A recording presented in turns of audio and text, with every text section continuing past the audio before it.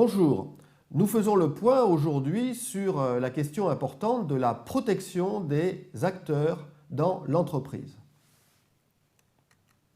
C'est un principe de droit international qui figure notamment dans une convention de l'Organisation internationale du travail. Les représentants des travailleurs doivent bénéficier d'une protection efficace contre toute mesure discriminatoire, notamment le licenciement, toute mesure qui serait prise au regard de leur participation à des activités syndicales, de leurs activités de représentants des travailleurs. Les représentants des travailleurs, ce sont d'une part les représentants syndicaux, c'est-à-dire les délégués syndicaux, les représentants syndicaux, les représentants de la section syndicale, et puis également les anciens délégués syndicaux et représentants syndicaux, ou bien ceux qui vont être très prochainement désignés. Donc, ils bénéficient d'une protection spéciale. Les représentants des travailleurs, ce sont également les représentants élus par les salariés.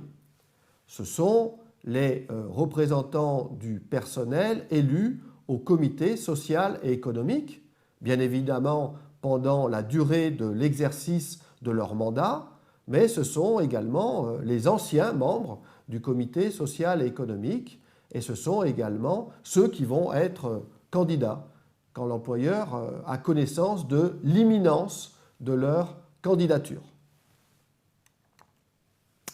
Ces représentants des travailleurs bénéficient donc d'une protection spéciale contre le licenciement. Le licenciement étant bien évidemment la mesure la plus grave en matière de discrimination. Il s'agit ici de protéger l'emploi du salarié qui est titulaire d'un mandat syndical ou d'un mandat électif. Il s'agit de protéger l'emploi du salarié afin d'assurer la protection du mandat. Ce qui est en cause ici, bien évidemment, c'est la protection du mandat. Ce mandat est détenu par une personne qui l'exerce et cette personne a un emploi et donc il s'agit de sauvegarder l'emploi pour sauvegarder l'exercice du mandat. La Cour de cassation, depuis de célèbres arrêts de 1974, nous dit que la loi a prévu au profit de ces salariés, de ces représentants des travailleurs, dans l'intérêt de l'ensemble des travailleurs qu'ils représentent, une protection exceptionnelle et exorbitante de droit commun. Il faut donc bien comprendre que la protection de ces salariés représentants des travailleurs est une protection au regard du mandat qu'ils exercent dans l'intérêt de l'ensemble des salariés de l'entreprise. Ces salariés représentants des travailleurs ne peuvent être licenciés par l'employeur que si l'inspecteur du travail a préalablement accordé son autorisation. Autrement dit, l'employeur ici se voit privé de son privilège du préalable, où habituellement il peut décider de licencier un salarié et mettre en œuvre sa décision. Ici, l'employeur ne peut pas licencier ce salarié parce que ce salarié a un mandat et il bénéficie donc d'une protection spéciale contre le licenciement. La décision de l'inspecteur du travail étant le pivot de ce système protecteur. L'inspecteur du travail va prendre une décision après avoir effectué une enquête contradictoire au cours de laquelle il va rencontrer individuellement le salarié qui peut faire l'objet donc de ce licenciement et ce salarié, au cours de cette enquête contradictoire, peut se faire assister et il peut notamment se faire assister par un représentant de son organisation syndicale, union locale, départementale, régionale, fédération ou autre.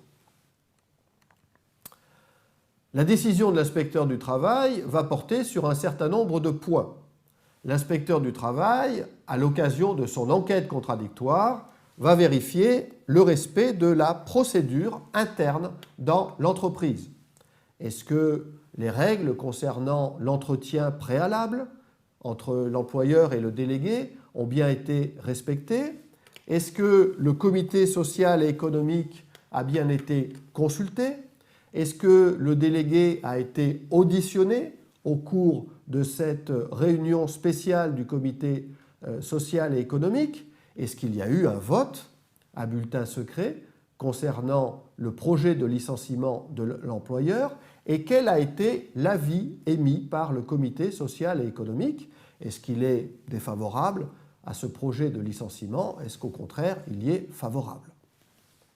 L'inspecteur va vérifier la réalité du motif invoqué par l'employeur à l'appui de sa demande d'autorisation de licenciement. S'il s'agit d'un licenciement pour motif économique, l'inspecteur du travail va vérifier quelle est la cause économique, les difficultés économiques, une restructuration en vue de sauvegarder la compétitivité de l'entreprise. Quel est le lien entre le motif économique et la suppression de l'emploi de ce salarié?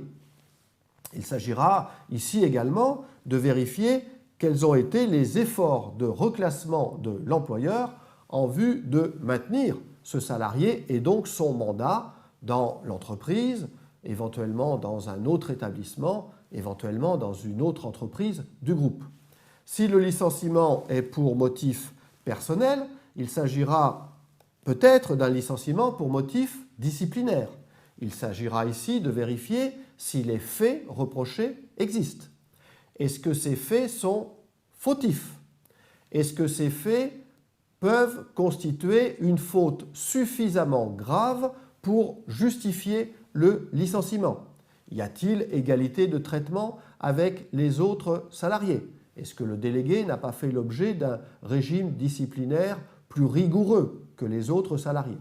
Et il peut évidemment s'agir d'un licenciement pour motif non disciplinaire, insuffisance professionnelle ou autre, et donc l'inspecteur du travail doit vérifier la réalité du motif invoqué. Dans un certain nombre de cas, l'inspecteur du travail doit vérifier les obligations de reclassement en matière de licenciement économique, en matière d'inaptitude médicale au poste de travail. Et, point tout à fait essentiel, l'inspecteur du travail doit vérifier l'absence de discrimination. L'inspecteur du travail doit vérifier que le projet de licenciement n'est pas en rapport avec le mandat exercé par le salarié, avec le mandat qu'il exerce actuellement, ou qu'il a exercé, ou pour lequel il s'apprête à être candidat ou à être désigné. Donc l'inspecteur du travail va rechercher ici des indices de discrimination. Des indices de discrimination qui peuvent être liés aux difficultés que le salarié rencontre dans l'exercice de ce mandat. Indices de discrimination qui peuvent être liés à la situation professionnelle du délégué. Peut-être qu'il a fait l'objet d'une discrimination dans son déroulement de carrière, en matière de rémunération, dans l'accès à la formation professionnelle. Indices de discrimination qui peuvent être recherchés dans les difficultés concernant le fonctionnement du comité social et économique, ou bien des difficultés en matière de négociation collective. Point très important, à partir du moment où sont relevés des indices de discrimination, l'inspecteur du travail a compétence liée, c'est-à-dire que l'inspecteur du travail est tenu, l'inspecteur du travail est obligé de prendre une décision de refus d'autorisation de licenciement. Donc la question évidemment de la discrimination est au cœur de la protection spéciale contre le licenciement. Cette protection spéciale vise à empêcher des licenciements discriminatoires. Il n'est pas possible de licencier un délégué sans autorisation préalable de l'inspecteur du travail. D'une part, licencier un délégué sans autorisation est répréhensible sur le plan pénal. Le licenciement d'un délégué sans autorisation constitue une infraction, c'est un délit qui relève du tribunal correctionnel. D'autre part, le licenciement d'un délégué sans autorisation constitue un trouble manifestement illicite.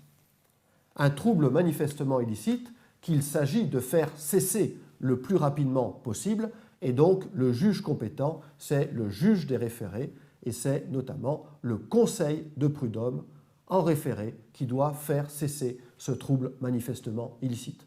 Cela signifie qu'en cas de licenciement sans autorisation, ce qui est une hypothèse évidemment qui se rencontre très rarement, eh bien, le juge civil va pouvoir ordonner la poursuite du contrat de travail du salarié dans l'entreprise. Le salarié va pouvoir obtenir des dommages-intérêts au regard des préjudices subis et, d'autre part, l'employeur pourrait être condamné sur le terrain pénal. Pour que le dialogue social soit réel dans les entreprises, il est bien évidemment nécessaire que l'employeur ait des interlocuteurs, notamment des représentants des organisations syndicales représentatives et des élus au comité social et économique. Et pour que ces représentants des travailleurs puissent pleinement exercer leur mandat, eh bien, il est nécessaire qu'ils bénéficient de cette protection spéciale contre le licenciement. Donc cette protection spéciale contre le licenciement, elle est au service d'un dialogue social authentique dans les entreprises.